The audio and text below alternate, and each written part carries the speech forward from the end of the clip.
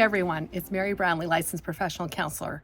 So, several of you have been commenting on my BPD versus CPTSD video, and you have really inspired me to make this one.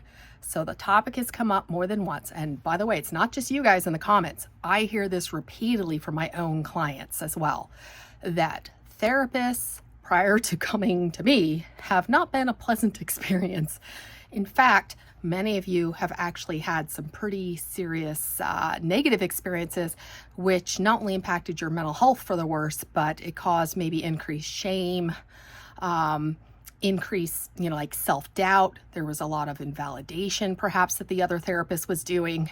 And so I know firsthand, because I've heard the stories again from quite a few. I would say at least half of my own clients, by the way, over many years at this point, have similar horror stories as to what some of you are sharing with me. So I think this is such an important topic, and it deserves some real talk. So let's get real today, right? Let's just have some real talk.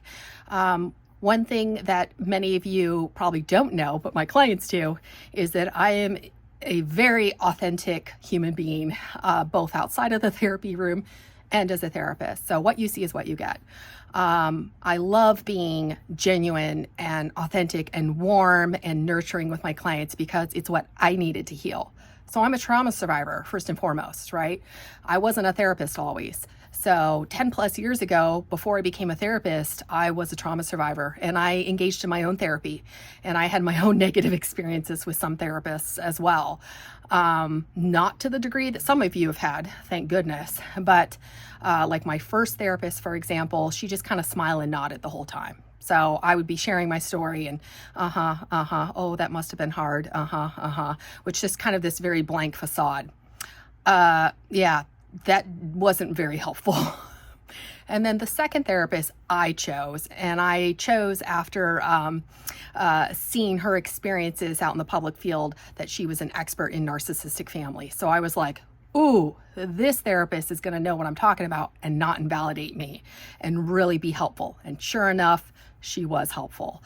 So I know firsthand what it's like to sit in your shoes as a client, being completely vulnerable, looking for answers, just feeling so lost and not get the help you deserve and the help you need. And why is that? So we're going to talk about that today. So I think first, let's just get real. Therapists are people like anyone else. We are not perfect. We are not all-knowing. And there are many gaps in a lot of therapists' knowledge. So one thing I shared in the comments on the BPD versus CPTSD video with one of you wonderful people is that trauma is not routinely added into master's programs. So counselors have master's degree, psychologists might have like PhD or PsyDs. But in master's programs, I graduated in 2015, there were no trauma courses, none.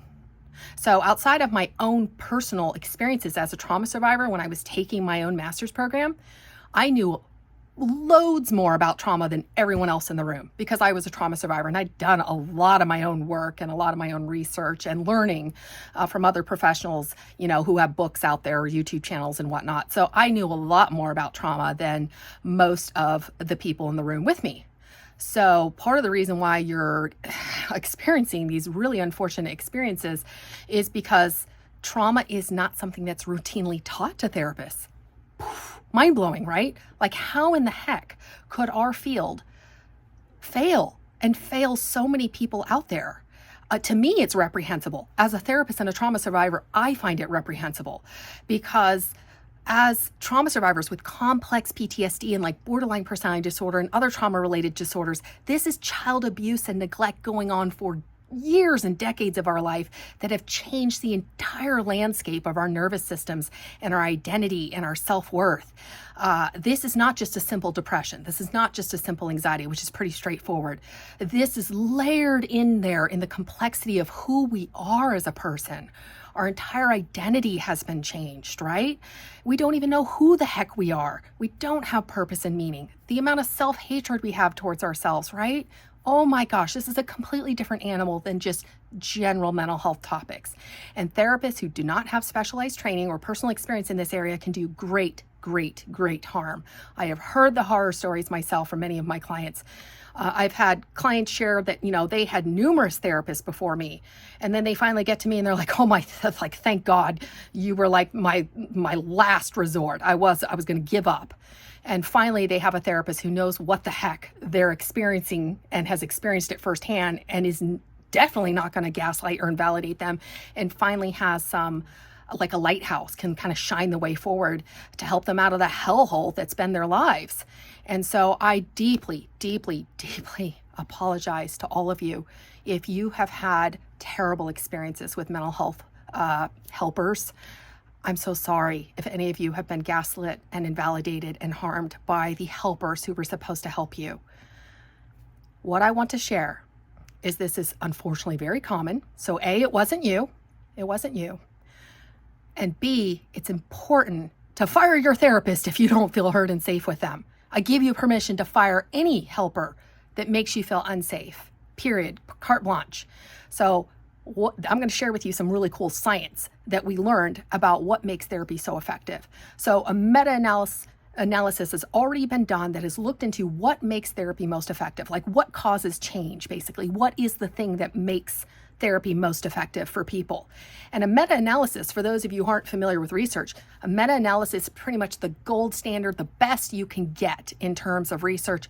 It takes hundreds, if not thousands of research studies and compiles them together to say, hey, what is all this data showing?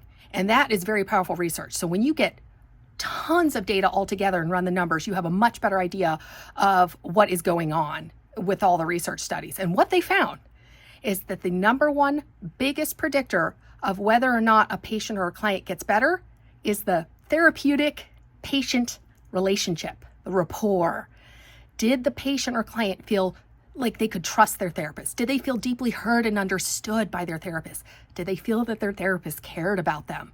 It was the relationship, actually, between the two that causes the biggest change. And this makes sense to me as a trauma therapist, because what I know is something Bessel van der Kolk has shared, if any of you have heard of him, big trauma expert in our field, through his research, that the number one reason we get traumatized in the first place is relationship violations. Repeated relationship violations. So it would make sense, because our human brain is hardwired for connection with other human beings. That's how we're built. That when you have a relationship that, instead of being harmful, is the exact opposite and teaches you to trust yourself and love yourself, and the therapist is seeing all the beauty in who you are and showing that to you for the first time and guiding you through this process of learning to love yourself for the very first time, that you heal. Just as relationships can break us, relationships can heal us. But it won't happen if we're with the wrong therapist. So please, if any of you have been harmed by a mental health therapist out there, A, they very likely were not trained in trauma. If you're a trauma survivor, they very likely had no specialized training. Maybe they don't have really any personal experience with trauma, so they don't understand what it's like on the inside and what we're thinking and feeling and needing to heal. Or C, maybe they're not very healthy themselves and have not done their own work, right? There could be a multitude of options here. But either way, all of you, deserve to feel completely safe and heard and understood by your therapist. And if you don't, fire them, okay? What might be helpful for any of you is, if you go into therapy, I encourage you to interview your therapist. Ask about their background. Ask about what their niche or their specialty is. Ask about any trainings that they might have had in trauma. It's okay. Interview your therapist. Good therapists are not going to be offended by this. We're going to want you to feel completely safe and comfortable with us. And we understand it's a working relationship. It's a collaboration.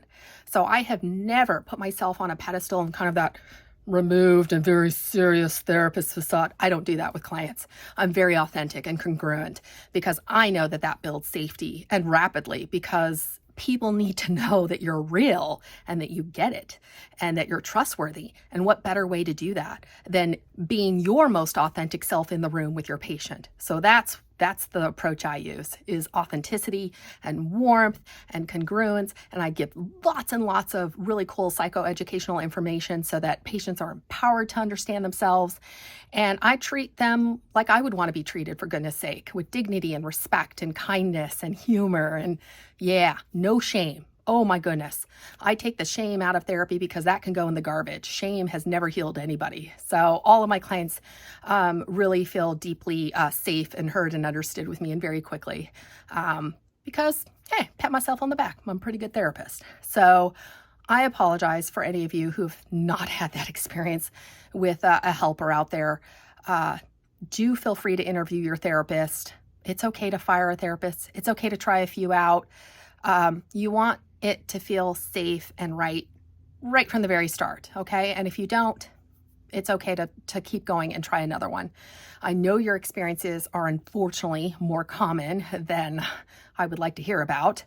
But again, therapists are people like anyone else. You have some really good ones, you have some really bad ones, you have maybe some middle of the road ones, and it's just what it is. So I hope this video was helpful for all of you who've had negative experiences. I wanted to kind of empower you to understand why some of this might be occurring. And also, I sure as heck am not going to invalidate you, because I've been there myself, and I believe you. I believe you when you tell me that you've had really bad experiences, because I've heard it from, unfortunately, a number of my own clients from prior therapists that they've had. So yeah, feel free to drop a comment if you have any questions, if you will like any other topics maybe to be covered. Love these type of comments and feedback I've been getting on my videos. Keep them coming. I appreciate it. And as always, please leave a like and subscribe if you want more content like this. And I appreciate all of you, and I look forward to seeing you in the next video. Take care, everyone.